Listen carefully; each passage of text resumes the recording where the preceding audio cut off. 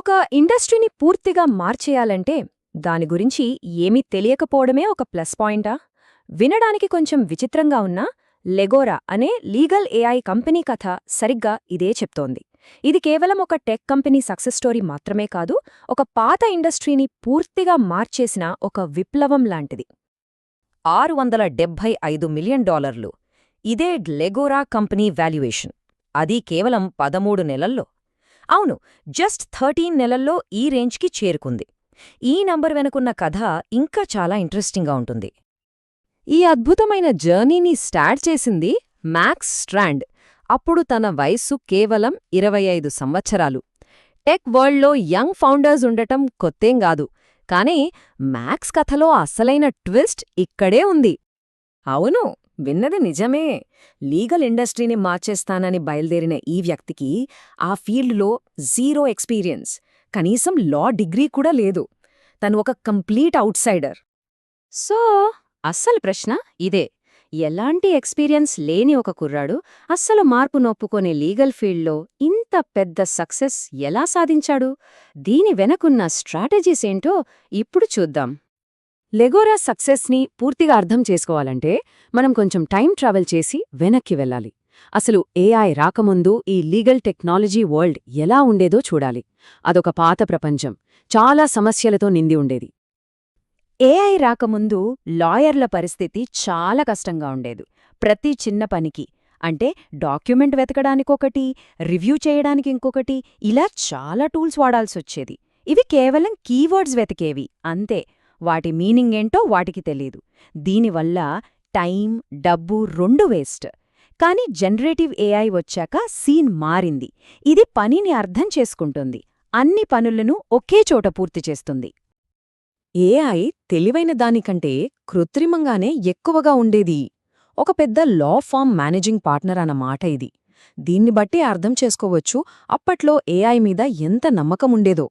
వాళ్లు వాడిన టూల్స్ ఖరీదైనవే అయినా పెద్దగా ఉపయోగం ఉండేది కాదనమాట. ఈ నిరాశ, అపనమ్మకం మధ్యలోనే లెగోరా సీన్లోకి ఎంట్రీ ఇచ్చింది.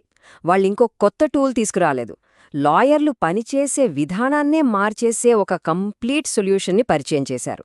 అదే ఏఐ పవర్డ్ వర్క్స్పేస్. లెగోరా పవర్ ఏంటో చెప్పడానికి ఈ ఒక్క ఉదాహరణ చాలు. 100ల కొద్దీ ఎంప్లాయ్మెంట్ అగ్రిమెంట్స్ ఇచ్చి ఒకే ఒక్క సింపుల్ క్వశ్చన్ అడగండి: వీటన్నింటిలో ఇంటెలెక్చువల్ ప్రాపర్టీ క్లాజ్ ఉందా? మనుషులు చేస్తే గంటలు, బహుశా రోజులు పట్టే పనిని లెగోరా నిమిషాల్లో ప్రూఫ్స్తో సహా టేబుల్ రూపంలో ఇస్తుంది. ఇది నిజంగా మ్యాజిక్ లాంటిదే కదా. లెగోరా ప్లాట్ఫామ్లో బేసిక్గా 2 భాగాలుంటాయి. ఒకటి వెబ్ యాప్. ఇది ఒక ఏఐ ఏజెంట్లా పనిచేస్తుంది. రీసెర్చ్, రిపోర్టింగ్ లాంటి పెద్ద పెద్ద పనులని ఇది చూసుకుంటుంది. ఇక రెండోది మైక్రోసాఫ్ట్ వర్డ్ యాడ్-ఇన్. ఇది లాయర్లకు ఒక కోపైలట్లా. వాళ్లు కాంట్రాక్ట్లు రాస్తుంటే పక్కనే ఉండి హెల్ప్ చేస్తుంది. లెగోరా ఉండటమంటే ఇంకో కవచం వేసుకుని యుద్ధానికి వెళ్ళినట్టే. ఈ మాటలన్నది ఒక స్పానిష్ లాయర్. ఆయన కోర్టులో వాదిస్తుండగా ప్రత్యర్థి ఇచ్చిన డాక్యుమెంట్స్ అన్నింటినీ లెగోరాలో అప్లోడ్ చేసి లైవ్లో ప్రశ్నలడిగాడట. అవతలి లాయర్ చెప్పిన ప్రతి తప్పుని వెంటనే పట్టుకోగలిగాడు. రియల్ లైఫ్లో దీని ఇంపాక్ట్ ఏ రేంజ్లో ఉంటుందో ఆలోచించండి. ఓకే, టెక్నాలజీ సూపర్, ప్రోడక్ట్ అద్భుతం, కానీ అసలైన ఛాలెంజ్ వేరే ఉంది. ఎప్పుడూ పాత పద్ధతులే ఫాలో అయ్యే మార్పును అంత ఈజీగా ఒప్పుకోని లాయర్లకు, లా ఫర్మ్స్కి దీన్ని ఎలా అమ్మగలిగారు? సమాధానం మార్కెట్లోనే దొరికింది. క్లయింట్స్ తక్కువ ఖర్చుతో ఫాస్ట్ సర్వీస్ కావాలని అడగడం స్టార్ట్ చేశారు. ఎప్పుడైతే ఒక లా ఫర్మ్ ఏఐ వాడటం మొదలుపెట్టిందో మిగతా వాళ్లు కూడా వాడక తప్పని పరిస్థితి వచ్చింది. లేకపోతే పోటీలో వెనకబడిపోతారు. ఇది అచ్చం ఒకప్పుడు లా లైబ్రరీల నుండి కంప్యూటర్లకు మారినట్లే.